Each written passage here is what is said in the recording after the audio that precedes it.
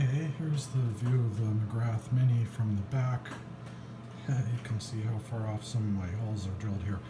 I built this thing in my home, away from home here up in Seattle, where I don't have all my tools, so things are all drilled by hand and stuff like that. So it's got a little bit of prototype jankiness to it. But it's been designed with a mind towards manufacturability, so I think I could actually build these things on a small scale kind of cottage industry basis and sell them, and that would be my intent, because it's turned out pretty nicely. I'm pleased with it, and I think other people might like this amp too. What have we got going here?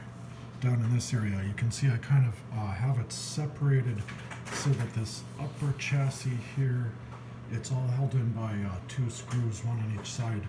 If you remove those screws, this upper chassis with the tubes can slide out and sit on the bench and be worked upon with all the wiring accessible that's under there right now.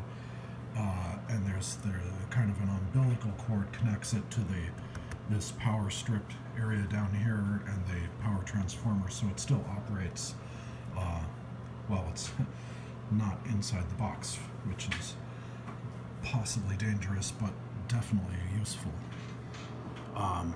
Inside there you can see there's a little power outlet that's activated when the power switch is on, and that powers that little USB power supply. That is the DC power supply for the relays and such. It has foot switch and relay switching and LEDs, and all that DC stuff is powered from that little supply there, so that it's store-bought and easily replaceable, as opposed to back in the day when I would have built my own 5-volt power supply. That's actually a quicker and more compact solution than almost anything I could do. So that's how that is done.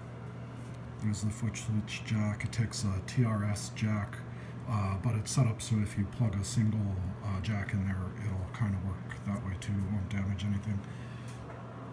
Here's the upper part with the tubes. So it's a tube rectifier, Easy 80, and then a single-ended EL84 power tube, and then 3 12AX7 preamp tubes, and a Jensen 6-inch speaker there, very small power or output transformer, which you can't see behind my heat shield there, which turned out to be necessary in the design. So that's a bit of the prototyping churn that takes place.